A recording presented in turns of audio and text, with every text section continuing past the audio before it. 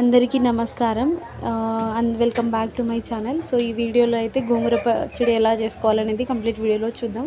First అయితే కొద్దిగా oil వేసి ధనియాలు, వెల్లుల్లి, జీలకర్ర వేపుకోవాలన్నమాట. ఫ్రై చేసుకున్న తర్వాత అదే ప్యాన్లో కొద్దిగంత ఆయిల్ వేసి పచ్చిమిర్చి కొద్దిసేపు ఫ్రై చేసుకోవాలి. ఆ తర్వాత ఒక టొమాటో ఇంకా ఒక ఆనియన్ అనమాట కట్ చేసుకొని అందులో వేసుకొని ఒక 5 మినిట్స్ మూత పెట్టుకొని మగ్గించుకోవాలి. ఆ తర్వాత మనం మెయిన్ ఇంగ్రీడియంట్ గోంగూర వేసి ఒక 5 మినిట్స్ అలా మగ్గించుకొని తర్వాత 5 మినిట్స్ తర్వాత 1 స్పూన్ సాల్ట్ వేసాలన్నమాట.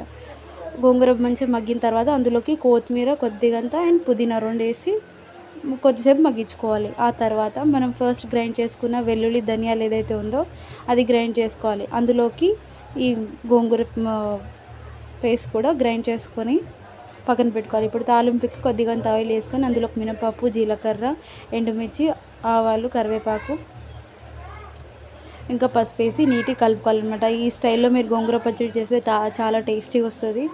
మొత్తం అన్నం తినేసారు, అంత టేస్టీగా ఉంటుంది. ట్రై ఇట్ వన్స్ ఇంట్లో. Please subscribe to my channel.